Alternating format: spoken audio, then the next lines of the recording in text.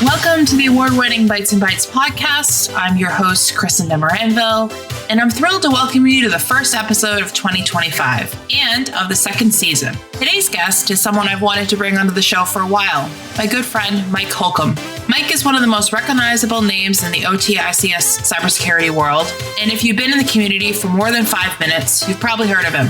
He's not just an OT ICS cybersecurity expert, he's also a fantastic trainer and coach, including sharing his knowledge with free educational content on YouTube. Mike has a way of making complex topics approachable and fun, and I'm thrilled that he's here.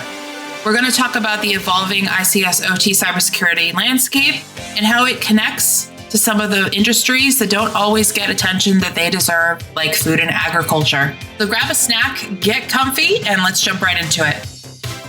Well, I am absolutely delighted and excited that I finally have Mike Holcomb on the podcast. So anybody in the ICS OT community is probably going, yay, Mike, because we all love Mike. So it's an absolute pleasure to have you here with me, Mike. I'm glad to be here. No, I'm happy we finally got to do this. Yeah, me too. It's probably long overdue ultimately. So as I start every show, we're going to jump straight into your favorite food and your favorite food memory. They do not need to be the same thing. Gotcha. Yeah.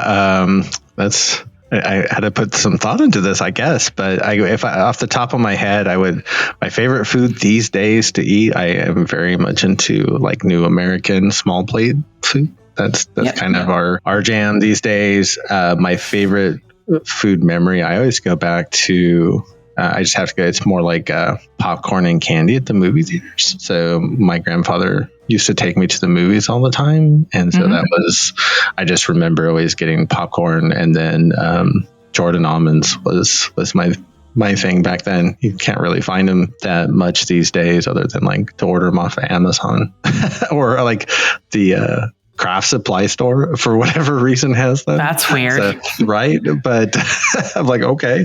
But yeah, we used to get those. I just remember, going to see like, the Empire Strikes Back or Return of the Jedi and all those great movies and just spending the time with him. And yeah, it was always just, kind of go to the movies and the popcorn and the candy. So I think those. Did you mix your popcorn and your candy in the bowl, or did you keep them separate? So with Jordan almonds, you had to keep those separate.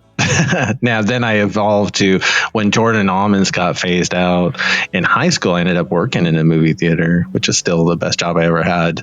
And just didn't pay that great, but it's still was, the best job. And so there we had Raisinets, and so the Raisinets you would mix with the popcorn, and that was the best. Popcorn's a fun one because there's so many different varieties, right? I was up visiting my family recently, and my mom came out with this bag of popcorn that I'd never seen before. And I was like, what is this, Mom? She's like, we call it crack. And I was like, what? And she goes, it's like cheddar, white cheddar, like smart food kind of vibes with caramel. Yeah. Caramel popcorn together mixed. Right. And I was like, this sounds disgusting. And no, it's crack. And I can't find it where I live. And so she's looking and she's going to send bags down for me at this point. And I'm like, I really don't need this in my life. This is just like one more processed food I don't want. But like, right? And then I know people who mix like jalapenos, like pickled jalapenos in their popcorn. And that whole like spicy, salty thing. Yeah, I could see it. I don't know if I'd be a fan, and I can't do spicy food anymore, unfortunately. So sad and getting old. But I could see it, I guess. At least to try. Yeah, I put a little Parmesan cheese on top of my popcorn. Or if I'm feeling a particular type of way, I'll actually zest a lemon and throw it on the popcorn. And then you have like this lemony. Very fancy. It's actually really, really damn good. And like, is it? So everybody should try that. Just zest a lemon and put it over your popcorn. It's amazing. We'll have to try that. It's lower calorie too. You don't need like butter and stuff. It's that's true. Report back. A little salt. You need a little salt. You could also just be like extra fancy, Mike, and go buy like lemon salt. But that's true. Just zest a lemon. Who cares? Like, everybody's got a zester. It's fine. Right. Oh, very cool. Yeah, well, thanks for that. I'm curious now. Yeah, I am. And I love that you worked at a movie theater because you've got customer service skills. I actually, this is a fun fact most people don't know, I used to screen trailers for Buena Vista back in the day. Oh, really? So I would show up with a clipboard and a light up pen, and I would sit there and I would check off if the trailers were there and if people were, how many people were there. And yeah, it was fun. I did it for like, I don't know, 6 months or something. But yeah, when you're like in your 20s and you're working like 18 jobs and it's normal. And nowadays we're like, yeah, no, I can't do more than like 3 things at once. Right. That's my thing. Yeah. And I love it that you're into New American, and we've had the pleasure of having dinner together, and we've had great meals and it's been good. We're also into New American here as well, a little bit more. I think in terms of going out to dinner, I think that there's so much creativity in it. Anyways, Mike, that's awesome. Thank you very much for answering that. You just brought back a lot of memories for me, because I do like going to the movie theaters with my stepsons, and we do candy and popcorn as well, but it's usually Sour Patch Kids and that's popcorn. My granddaughter's all about Sour Patch Kids these days, for sure. It might be me that's the Sour Patch Kids person, just to, I'm just saying, but that usually gets passed around. They asked for it, that we were moving it back and forth. I don't think there's usually any chocolate. I think it's just popcorn, but they have braces, so they are a little limited on how much they can eat. Yeah.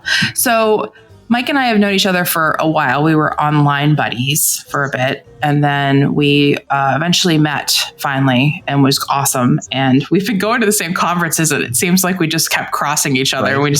We're never there. I've seen him speak a few times. He's seen me speak a few times. So it's been really a lot of fun, but it's nice to finally get you here, and we can have a conversation around all the work that you do, and then how I constantly bug you to add food and ag into every conversation you have. Yes, you do. Which you should, or you shouldn't have to, but yes. It's forgotten a lot, and it pisses me off because it's so important, because we eat and it's part of our lives. And for sure. And, we just discussed how much we like popcorn in various forms. And it's one of those things that it's still a struggle, even in OTICS, because we kind of lump food production into manufacturing, which isn't incorrect at all, but we should call it out separately, because it's a different thing, right? It's a different thing altogether, especially when it comes to food safety and things like that. But yeah, what are you working on right now, Mike? What's going on? Because then I'll interject all the food stuff into it. Sure.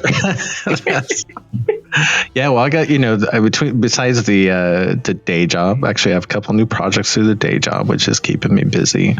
And we're about to launch the new cybersecurity practice for control systems at Floor. So really excited about that, and some changes that hopefully we'll see January moving forward. And then, of course, the big news, BSides ICS, or BSides ICS OT, which is really exciting, for February 10th. So we're lined up. We'll be in Tampa. So it's the day before the S4 conference. So a lot of, we get a lot of the ICS OT expert crowd, as I think Dale describes it, for S4, but then also trying to make an event like more accessible and available to folks, with a focus on, whether you just want to come learn more about what ICS OT is, or if maybe you are an asset owner or operator and you want to learn more, and from a practical, perspective, and want things that you can take back to the office, the following day to actually put right into action. I think that's a big focus for us, and you don't get that stuff typically at a lot of other conferences, unfortunately. And that's always been a big focus for me, at least, for me going to conferences, right? That's the kind of material that I want. And so that's, I think, resonates with a lot of folks, and and that's not what S4 is designed to share, right? And so, but it's, why not have an event the day before, where we can take advantage of all the great folks that are in town for S4, but also bring new folks and again the asset owners and operators into the event. So I'm really, really excited. The BSides community was really supportive of us trying this. They typically don't, they have events all over the world, and they don't typically have an event that's dedicated to a particular niche. So they've done like a few over the years. They did a Splunk BSides once. So hopefully this goes really well, because we've already had some folks reach out about doing versions like in the UK and India and other places. So that's really exciting. And so I'm really, really hopeful. So it's incredible to be able to do that. I think the thing that I'm really excited about with BSides is, especially when you go to all the other cybersecurity conferences, and Mike and I have talked about this before, but we always look for the OT ICS people. It's like we have like little radars. We're like, we're the people that totally relate to what we do. And I realize everybody does that in their own like different sector. But there's something about us as a community. We actively want to see each other. We want to be around each other. We want to have that camaraderie, that community. Yeah. And I feel like sometimes it gets lost in certain types of ICS conferences and OT conferences where you've got so much on and there's so many things to do and you got to meet the partners and the vendors and everything else. But it's be nice to finally have a conference that we can just, how's it going? Do you want to talk? Right. You want to talk shop, really get into it. And I love that, because that's what we need. And I appreciate that the larger, bigger conferences like, Black Hat and DEF CON and RSA are including more OTICS in conversation and even in different topics that are being talked about. But it's not the same. We actually have to explain more, I think, when we're in those environments of what we do, because people still get hung up that it's just all about the data. And it's not our vibe all the way. We're actually about safeguarding lives over the data, not the actual data itself. Yeah, exactly. We do care about data, but it's a different conversation. It's a different mindset. And I also think that generally speaking, OTICS people have more of a systems thinking vibe. So that can definitely bump heads against others who don't have that kind of viewpoint. We look at things in a holistic space and how one thing over here will affect the other thing over there. I think that is I think we're weird. We're the weirdos and we like it. We embrace it.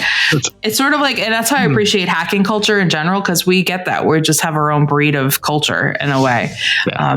And I'm sure you've noticed that with all of the different connections you have now, and through the trainings and people reaching out to you, you've realized that we're so much different than just average cybersecurity people. And I love it. I love our community. I think it's great. For sure. Yeah, it really, I've been in IT cyber for 30 plus years, but doing OT cyber for 10-ish, that the ICS OT cyber community is just above and beyond. There's some great people in IT, don't get me wrong, but it's the ICS OT community. It's just that I think it's just the people here really are focused on the mission, that really brings people together. And to, again, kind of like you're mentioning in IT, it's okay, we're protecting data, or we want to keep the company from going down for ransomware, which are all very, very good things, worthy missions for sure. But when we talk about, making sure we're preventing loss of life or somebody from getting hurt, or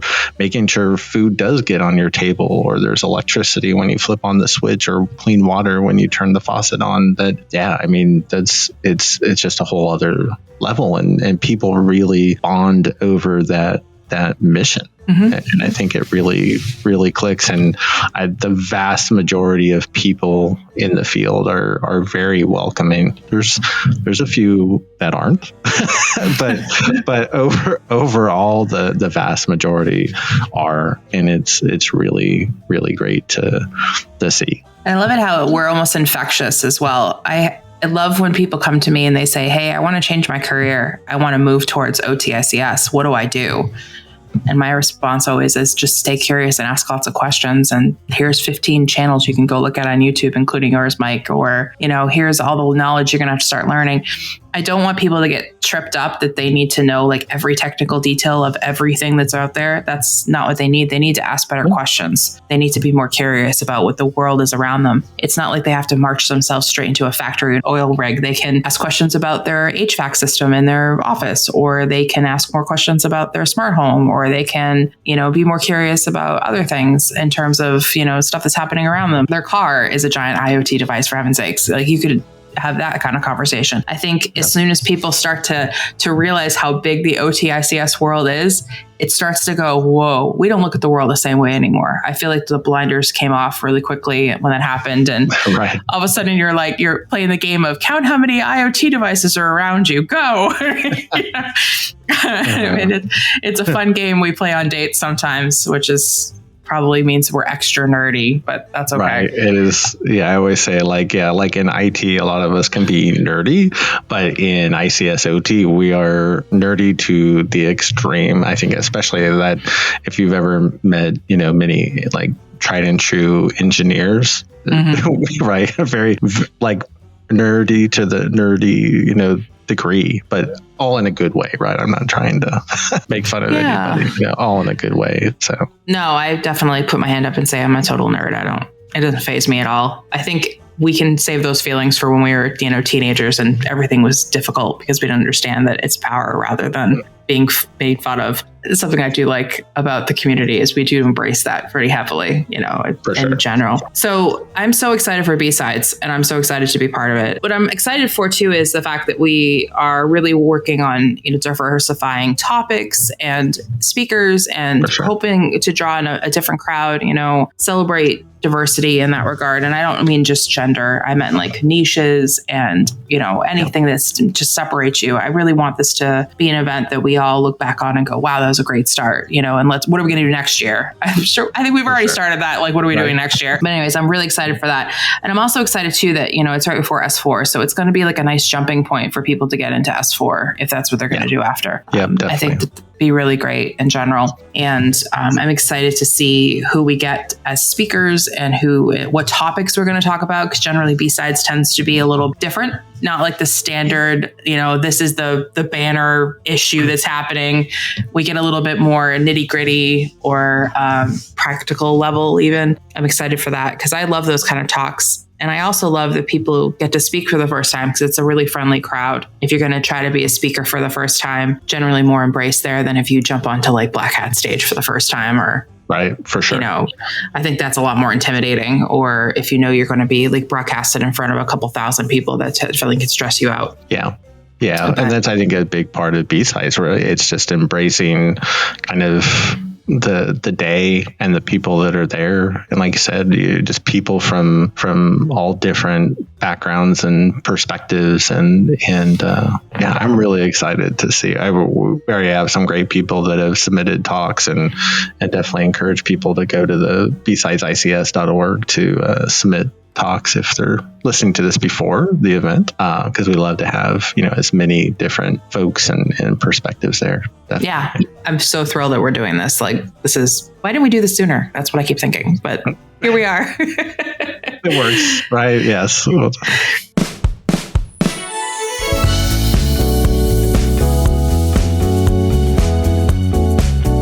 For listening to the award-winning Bytes and Bytes podcast. Grateful for everyone who's ever tuned in, subscribed, shared, or liked the show. Fantastic start to season 2 and a great start to the new year. We've hit another milestone of 7,000 downloads. Thank you so much to all of you for listening to the show and being part of this adventure. Please don't forget to like, comment, and share. It truly does make the difference. There's so much more to come, and I'm so glad you're here on this journey with me. Now back to my conversation.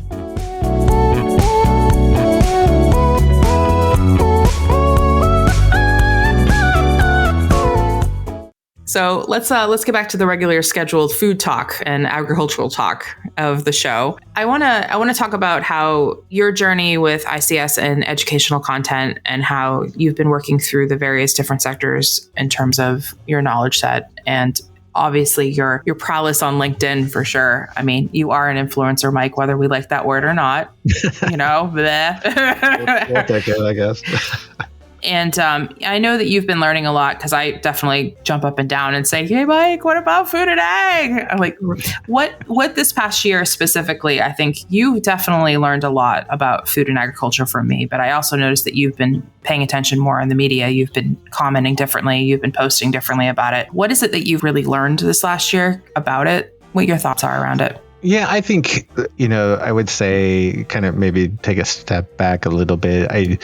We talk about ICS, OT, cybersecurity, there's always these overlooked areas, food and agriculture definitely being one of those. Mining is another. Yes. We see even water, wastewater. Now they've gotten a lot of visibility since the Cyber Avengers attacks that started at the end of last year. But yeah, I mean, you have a lot of these often ignored, underrepresented groups for many reasons, unfortunately. And I think just with the conversations with you, there's actually a gentleman that this goes back probably a year and a half ago. I was really fascinated with.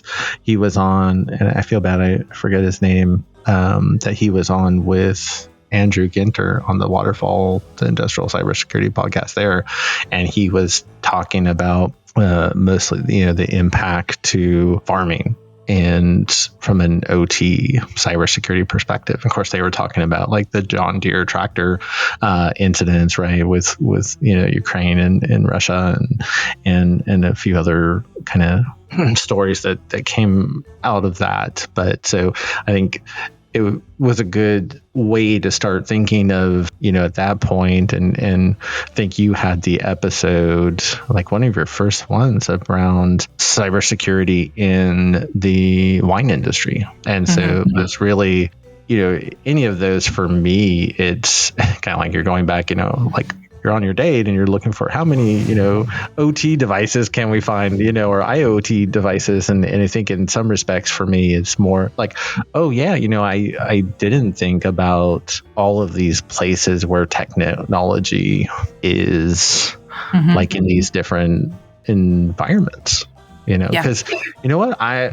haven't been on a farm in 20 plus years since, I went to my uncle's back in Illinois, and he probably had state-of-the-art tech back then, right? He actually was always up on those types of things, but that was 20 plus years ago, so very, very different. Did have John Deere tractors, big ones too. But, I digress. But I think, is a big part of, I think for me, it's just like any environment, I guess, until I go into it or get more exposure, right? And I guess that goes back to awareness and education.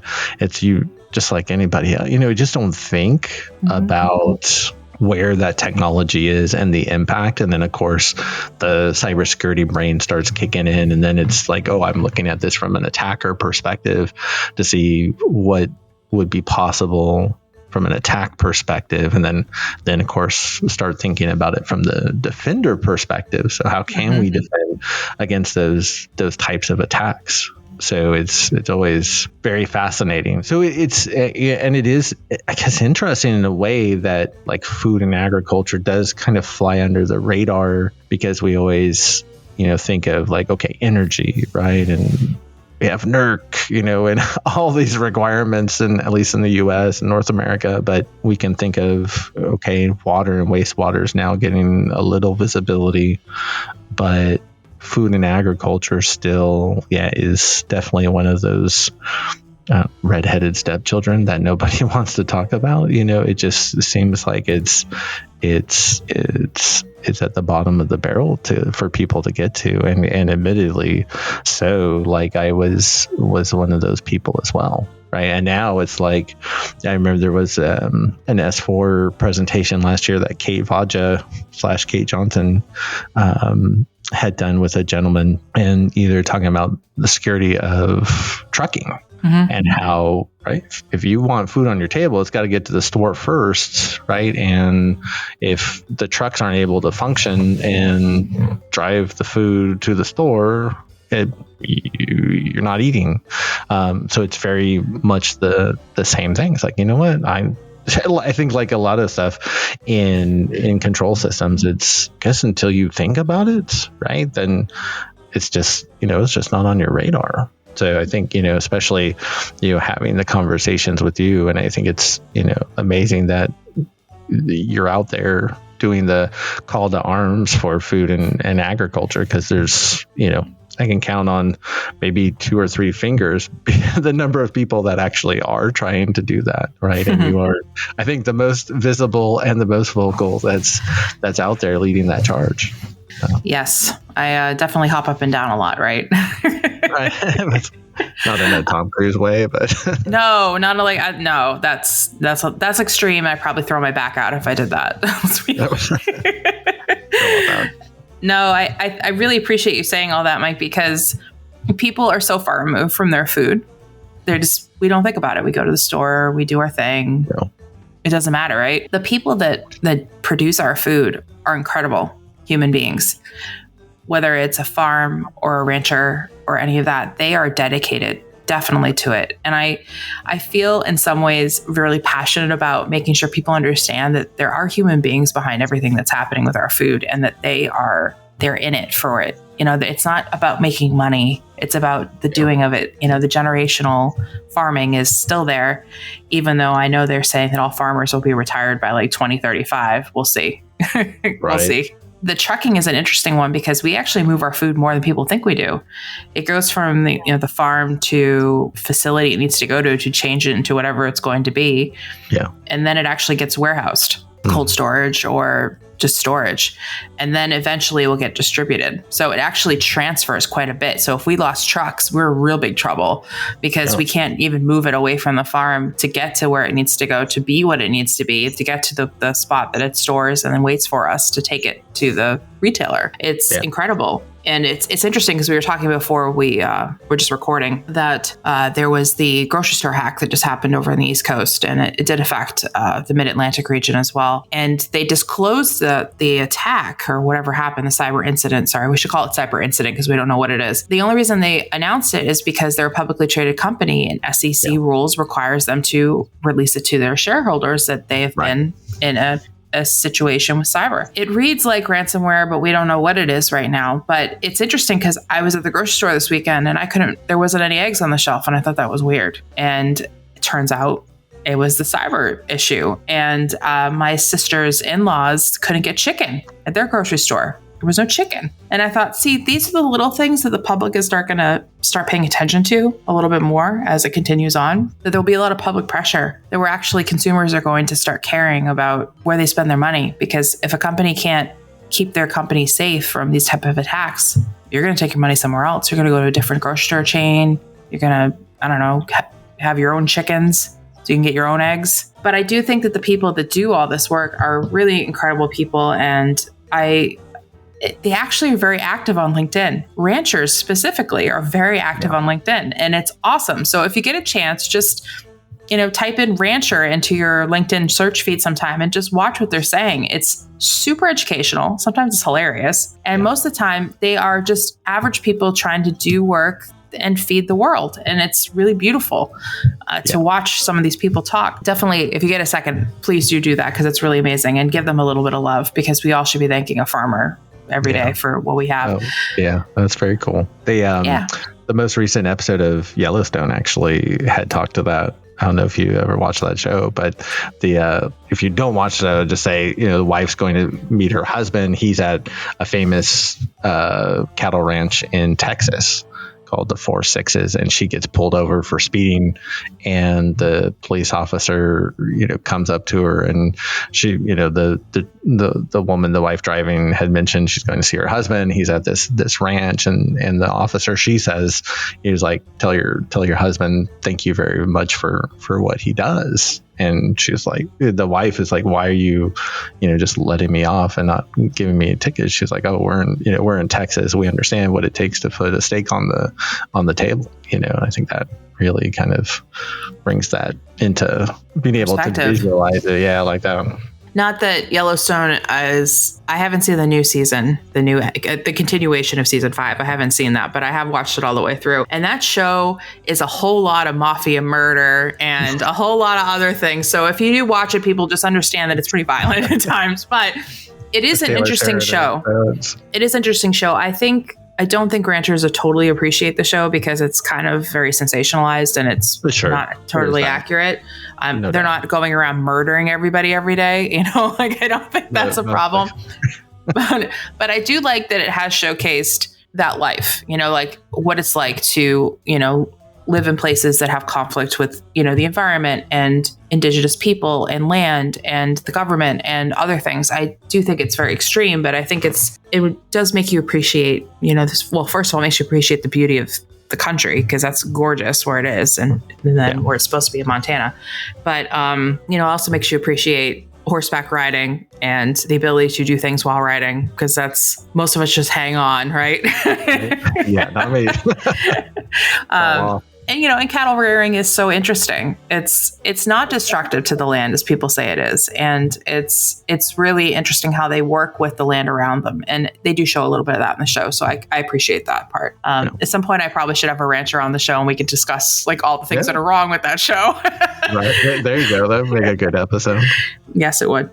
But I think other shows sometimes make me go, wow, that's not accurate, or whoa, that's interesting that they showed that. I thought that was like secret, that kind of thing. Not specifically Yellowstone, but other TV shows in general. I do think that they're informative. But what bothers me too is I don't want certain things to become, people are fearful of them. Like, why are people afraid of sharks? It's because of Jaws, right? Ultimately, because they think there's a giant shark is going to come out of nowhere and chase them around and try to kill them. Sharks are scared of us. They don't really want to hang out with us. It's we're in their space. It's not the other way around, right? It's kind of like, a bear attack. You do things to avoid being attacked by wildlife, but you're ultimately in their house. So yeah, that's why I don't go hiking in the mountains.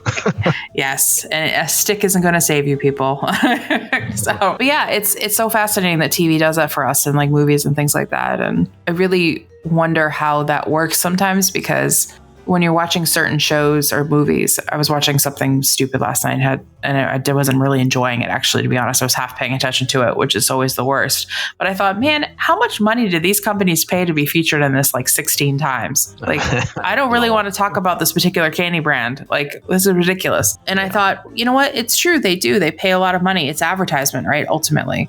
Sure. And I wish that we spun our advertisement to be a little bit more like, hey, maybe you should have an apple, or that kind of thing. Even though the apple industry is incredibly interesting with their premium brands and different types of apples, I really think that generally speaking, our food system is fascinating. Like, I am so curious about it all the time, and I learn so much more every day about why we wash eggs in the U.S.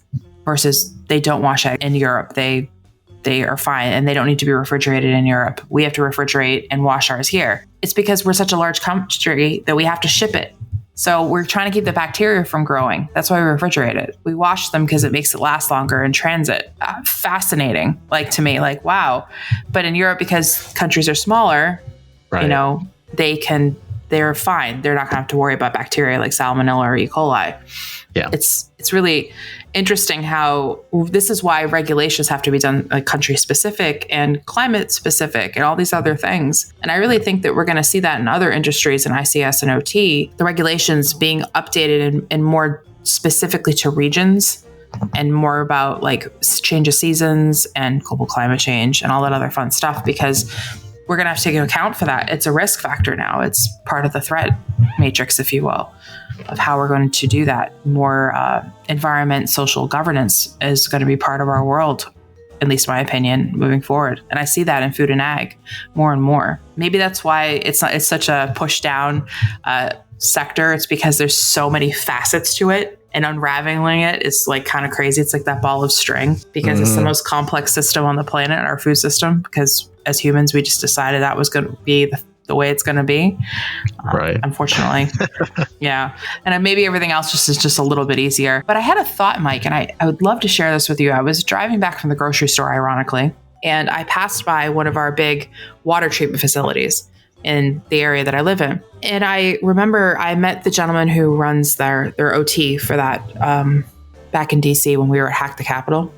Yeah. And he was telling me that they actually sell their gray water to the data centers that are close by. And it's no surprise, everybody knows I live in Northern Virginia, and I just learned recently 70% of the world's internet traffic comes through here. Yeah. Excuse me? The data centers are right up around the corner from you. That's crazy to think about. My mind exploded thinking about that. But I thought about the fact that they sell their gray water to these data centers, which clearly makes this critical infrastructure even more than it was before. And I thought, holy crap, like, what are we doing?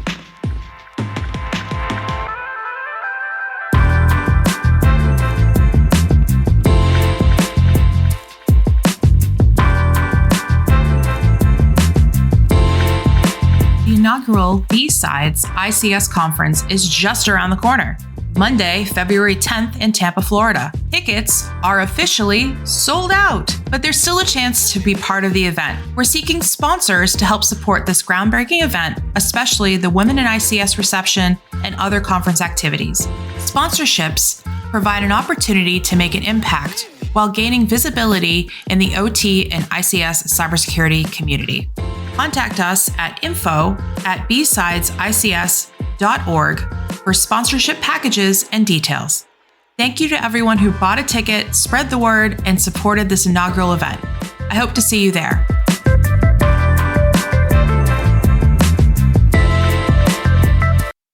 But I really like the post you've actually putting out recently, Mike. They kind of challenge the kind of the status quo, because you put it in such a way that it's like, hey, what are we doing? You ask questions. You're like, hey, what do you do? Like, what's happening? Like, what do you think about things? Am I missing anything? And I wish more people did that, because you get great engagement because of it, and people want to talk about it. And I can't imagine what your like DMs look like. People probably just come at you from all angles, like. It's interesting. I think though you mentioned, like with the comments, it's the best place where you can learn so much. Mm-hmm. And that's why I also love when I do the online classes, because I usually get, 100-200 people from just all over the world, and they work in all different industries and have all different backgrounds. And you have someone who's, brand new to OT cyber. They might even be brand new to IT cyber. And then you have somebody that's been working in OT and maybe like a cereal, facility for 30 years, like for Kellogg's, right? And then just everything in between. So it's really, really cool. And you get that in the comments as well. So, you get a lot of going back and forth, and whether it's, you get someone like Joe Weiss, who's like the engineer's engineer, right? Who kind of started. He's the OG. He's the OG. Right? he pops in from time to time, and then, but you also get, people, same thing, right? People that are brand new asking really good questions, right? And then you have other people that chime in. I had one the other day where researchers sometimes come across a little, I don't know, they just kind of come across like they know everything. It was just like, just take a step back. Like, I realize, like, the more, I'm definitely at that age in life where I'm like, the more I learn, the more I realize I know nothing. Yeah. But, it's the comment sections are great for an uncertain post. Sure, my ego, loves when someone's like, oh, this is a great post. But yeah, when you get like a good back and forth, like, and you can actually like look at something from somebody else's perspective or learn something new, right? Or again, it kind of goes back to, I didn't think about food and ag because I haven't worked in food and ag. Somebody jumps in there talking about, this is how this works in food and ag or any other sector. It's like, oh yeah, that's, it's just something I haven't been exposed to. And that's one of the cool things about ICS and OT is every environment is unique. Everything is, every environment is different. So you're just always constantly learning, and then you go to a new environment or a new sector and it's all completely new, or to a large degree. So yeah, the comments can be a really great place to learn, and the DMs are kind of the same. I get, people from all walks of life, from all over the world. If somebody wants to reach out, and ask for help, it's like, I'll definitely help. I'm not giving away state secrets, and versus, I get a lot of folks, how do I get, started in the community? And that's where I point them to my YouTube course or the ebooks that I put together, where they can download those off of GitHub, and then I've, had CISOs for some of the world's largest control system environments reach out and wanted to jump on a call. And it's really, it's really interesting. And I already kind of had an idea of this from my day job, where we design and build some of the world's largest control system environments, where doesn't matter if it's a huge plant for one of the world's largest companies or like some small mom and pop shop manufacturing. A lot of the basics of ICS OT cyber are the basics, right? Mm-hmm. And you want to apply the fundamentals no matter the size or complexity of the environment. And it doesn't have to be complex, but and then at the end of the day, most environments, they share the same problems and same issues. It's just unfortunate, and because this is something we see in IT, but we see it much more amplified in the ICS OT world. Because we realize like in IT, you have the banks, right, where they have my son-in-law works at a big bank, right? They have 3,000 people on their cybersecurity team. Right, that's more than most companies have as just their overall number of employees. Yep. Right, so you do have the companies out there, and this is the same in ICS OT, but much more desperate as far as you have a Shell or a BP or Saudi Aramco, right, that have the huge teams. They have very mature cyber programs, right? And they have the team members and the resources to secure their environments. And then on the other end of the spectrum, which is most environments, right? You have a lot of small mom and pop shops, whether it's water, food and agriculture, right? Mining, manufacturing, which is of course big here in the Carolinas, right? And they don't have the resources to have somebody dedicated to OT cyber, let alone probably OT at all. Mm-hmm. Probably don't have an IT cyber person. They might not even have an IT person at all either, right? And so we see that in IT, but at the same time, like IT, if you go one IT environment to another, they're pretty cookie cutter for the most part. We don't have that in ICS OT. Right? You go into a power plant versus a water treatment facility versus a mine versus a manufacturing plant versus, the list goes on and on and on, and everything is always different. Definitely some similarities for sure in how we defend those environments, but the processes and how they operate, right? It's very different standing in a petrochemical facility versus that facility that Kellogg's uses to make cereal. And sure.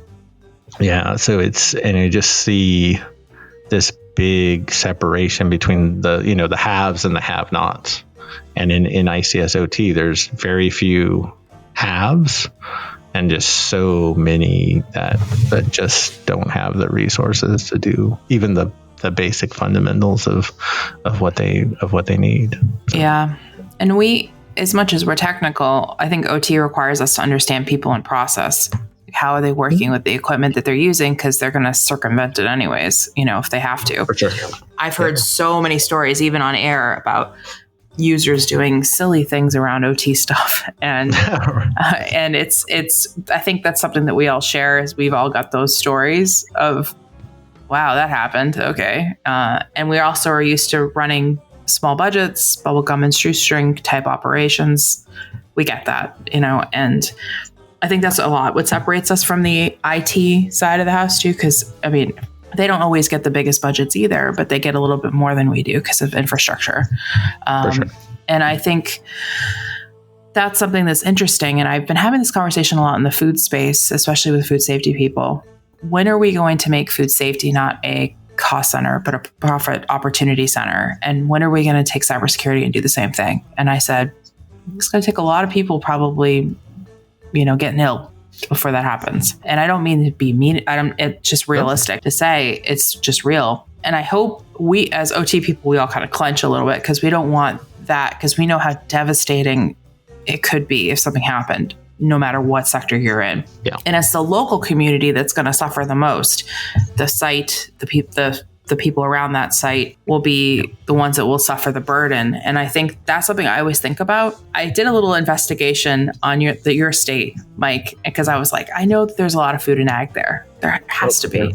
You guys are actually a big producer of turkeys. You're a big producer. I know, right? You guys actually produce a lot of turkeys, and I didn't either because again, why would I know that? I know the Self's big on poultry, but I didn't specifically know turkeys for you. Chicken is huge. Yeah, definitely. Yeah, for sure. Chicken's big, but like turkeys are bigger for you. So, which is hilarious because turkeys are bigger. Haha, pun.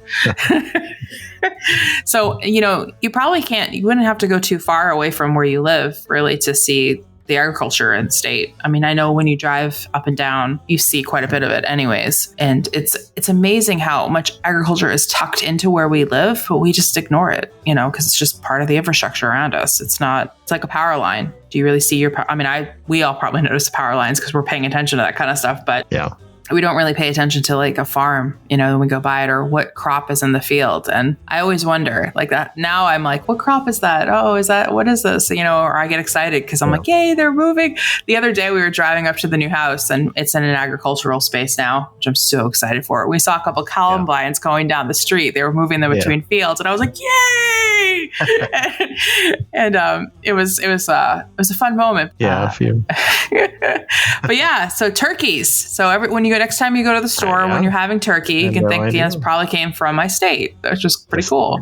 I think that local community aspect is super important, especially since I know you do a lot with, in your state, in-state, and around that particular part of the South. And I think it's important to know what's going on in your state. And I'm excited to have more conversations on local levels as well as national and international. I think sometimes we focus too much on the larger, bigger problems. We boil that ocean, but we really just need to sit down and make tea or hot chocolate or whatever your drink of choice is. Yeah. And I think that's super important. So I love what we're doing with BSides because it makes it local, and personal because it's for sure. It's us. I think the nice thing about BSides is just everybody can come and just hang out for the day and just share and learn and just kick back, relax and take it all in. It's not super serious, the event. Like it's serious, like we're there, but like sure. it doesn't have to take itself seriously. It's just a bunch of people getting together, talking and learning really cool things or relearning things. There's other things that I've just taken for granted as well. So, well, yeah, I mean, like our food system, we both have taken that for granted for sure. Exactly. Well, I think that's everybody, right? I mean, I didn't even think about really cyber in like a power plant or a modder until, Stuxnet, which was really where, where I started asking the questions like, well, wait a minute, how does this work in a power plant? Like, I have no clue, and then, that's how, how I got started down that road. Yeah. And I love it that you've carried it forward to help other people get down their journey as well, whether it's your YouTube channel or your posts online or any of that stuff. I think that constant dialogue and making a friendly space for people to land is super important. I always send people towards your YouTube channel when they're like, hey, how can I learn more about this? I'm like, Mike has made 96 hours worth of content. Enjoy for free. That works. But thank you for doing that. No, I think it's great because you made it approachable. It's not scary.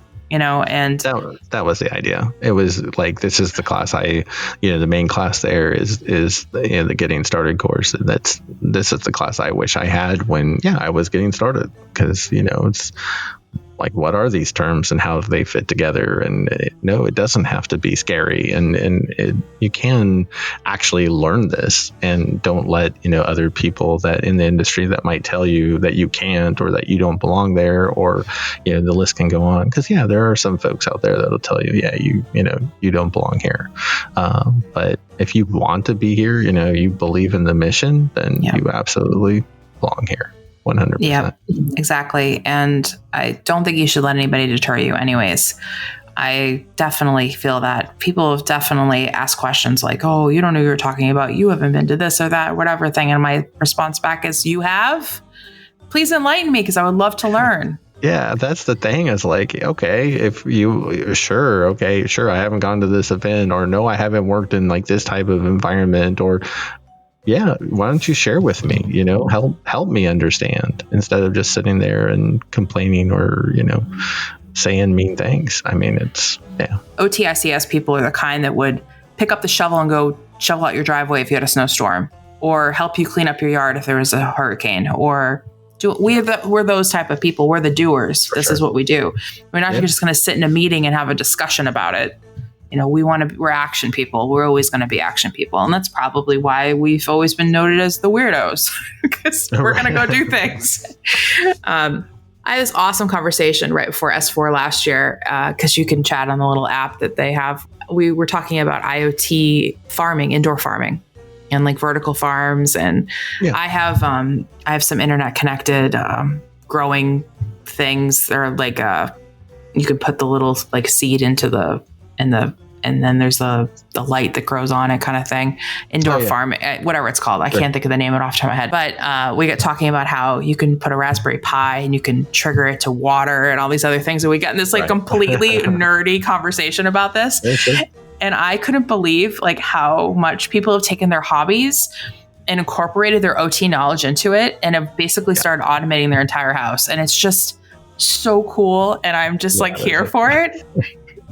There's a few people out there that especially you see on LinkedIn that they've gone to some pretty interesting extremes. But that's like their hobby, and they have a lot of fun with it. So and I love it how some people are thinking even like further with it. They want to take like OT labs and they want to create like a greenhouse. They want to show how that goes, and then they want to do the cars and they want to do the other things.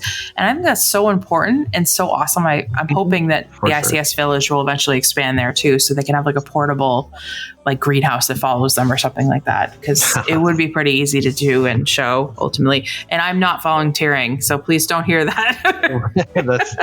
I am not tribute for that. You can talk with Tom at BSides. Thanks, Mike, for being here. I really appreciate it. And I know this is a little bit different from the average show that I do. This is just more of a conversation around OT and how we can better serve it. And I love that and you've been such a good sport because I'm always giving you hell. Like, come on, Mike, what about agriculture? But I think that it's great because you've actually I've noticed you started uncovering so much more. You've been talking about other things that are even outside the purview that you were before, even the last year. And it's awesome. And I love that you're so curious and you want to learn and you're about community building, because we need more of that. We need less of the buzzy noise and more community around us.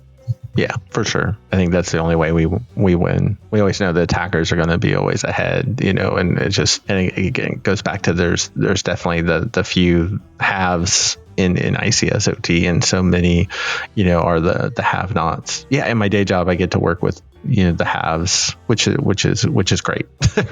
You don't have to worry about things like budgets, but at the end of the day, the vast majority of environments out there are the have-nots. Mm-hmm. And it's true. Yeah, they're the ones that are going to be impacted, or they're the ones that are going to get hit with ransomware, and they're going to lose water for maybe a couple thousand people for maybe even just a couple of days. But that's still a real world impact. And then how does that those impacts ripple out? The attacks are only going to get. We're seeing, right? They're just continually increasing. The impacts are becoming more and more. It's a lot more aggression. There's a lot more aggression and a lot more targeted aggression in specific sectors. So I guess watch this space. I've been saying this for a while, but it's definitely going to be one to watch. And it's going to affect other sectors and critical infrastructure sectors, as well as OT ICS systems and other places. Transportation is a great example. You brought that up already. It will be interesting to see how communities respond to this and how we get through this, because the knowledge sets, even for us as an OT community, is still small. We're still a small group. We're not this huge workforce, really. But I think we all have the right attitude about it, which is good. But also, I want to say before you go, Mike, that I'll put the link in the show notes, but he has an ICS OT coloring book, and it's awesome. It's so good. It teaches you a lot, too. It's not just like this proprietary coloring book of whatever. It's legitimately teaching you what things are based on the alphabet or things like that. So, Mike, yeah, I like it. I think it's fun. We should be able to make it fun and memorable, right? It's a lot of information, but I love that you did that. When you posted that, I literally squealed. I was like, yay, Mike! So I'll put it in the show notes for you so you can download it. It is for free, but I do think you should make it bind it up and put it for swag, because I think it's awesome. Yeah, I did that actually right after we met in DC. Yeah, because that's when I got COVID. Thanks for that. Yeah, it wasn't my fault. I didn't do it. And it wasn't me. I didn't get COVID. I've already had it twice, but I only get it in Europe. So Could be worse places. Yeah, I know, right? But still. Anyways, Mike, thanks for being here. I really appreciate it. And please do reach out to him if you have any questions or if you want to get to know him. He is a friendly person. Trust me. I know that Mike will respond to messages as well. But everything will be in the show notes that we discussed. And final thoughts, Mike? Just thanks, Kristen. I appreciate it. And thanks, everybody, for listening in. So, we'll just keep fighting the good fight. And, feel free to reach out anytime. Great. Thanks so much. Thanks, Kristen.